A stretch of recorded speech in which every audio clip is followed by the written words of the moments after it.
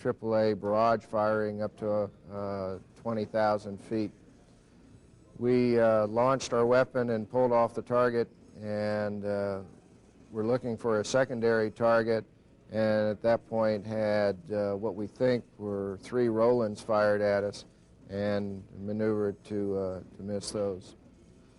The follow-on aircraft in my 6th ship that went to Balad encountered the AAA over the airfield while they were laying down their landmines. In fact, one of the aircraft received battle damage. It's the only aircraft to date, and we're now in day 9 of the war, that has received battle damage from this wing because of the tactics we're using and the way we're using packaging and working our strategy versus what he is putting up against us. We recovered back home, coming back into the airfield. The airfield was socked in. It looked like we were back in the UK. It was 0-0. We had 3 tankers over the airfield and 26 airplanes holding to land. We had diverted the rest of them to airfields all over Saudi Arabia. About an hour and a half after getting back to the airfield opened up and the 26 airplanes that were on the tankers recovered at Taif. The others were turned at the bases they recovered at, where they diverted to.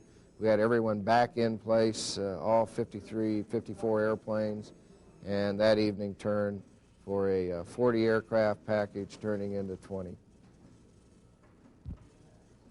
Sir, could you tell us a little bit about the support back here at the base and maintenance and just overall base activities, how that's been during this conflict? Well, you just can't say enough about it.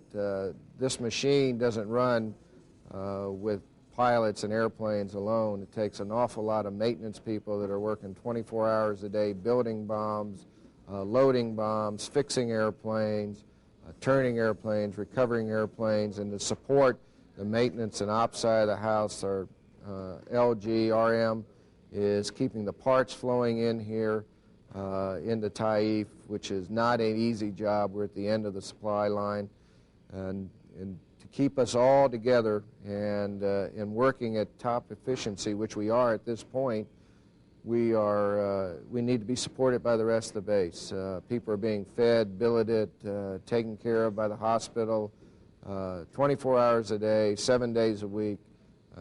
It's hard to say, to express the gratitude I have for the teamwork that I see at Taif today. And as I mentioned to some other people, we're now an organization represented by 220 units from over 65 bases, a total of 3,000 people. So to put this all together, to go into combat and to work at the efficiency level that we are right now, in my mind, is absolutely marvelous. And I am honored to be a part of this and be able to watch this activity take place. Sir, how would you compare the training that this unit's went through in the past at different exercises back in the United States or in foreign exercises? How does it compare to what you're actually doing now? Well, our flying operation is really based in 3 different locations. One part of us, part of the EF organization, is from the 20th Attack Fighter Wing at Mountain Home. They're augmented by EFs and crews from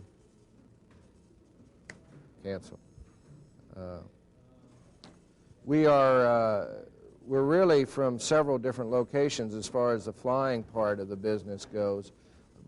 The majority of the EF-111s and their crews come from Mountain Home, the 366 Attack Fighter Wing, and they're augmented by aircraft and crews from the 20th Attack Fighter Wing, normally stationed in Upper Hayford, England. The F-111Fs, as a unit, are bedded down in Lakenheath, England. So we do a lot of exercising in a NATO environment. with the EF, some of the EFs deploying in a stateside tactical air command type environment.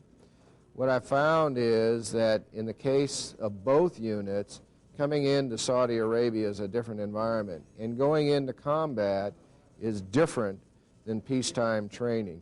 Now, our peacetime training takes us to an edge that prepares us to go to combat. Because of safety and the need to preserve resources, we do not train at the same demand levels that combat requires of the air crews. Thanks, sir. You're welcome. The question that was asked, how do you prepare yourself to go to combat? Well, it's sort of like when you climb in a car and go drive. You learn to do that before. You don't learn how to go to combat. It's like you don't learn how to drive in New York City. You learn the basics, and then you do the basics the best you can. The mental preparation for it, I think, for each person is different. However, the majority of my air crews and what I've seen is their mental preparation is learning the target area, studying the target area, how you get there, how you get back, where you meet your tankers coming and going, who you talk to, and the specifics of the target, what we call the DIMPI, the point that you're aiming at. And for the most part, it takes us about 5 hours to prepare for a mission that has already been pre-planned by a cell of people.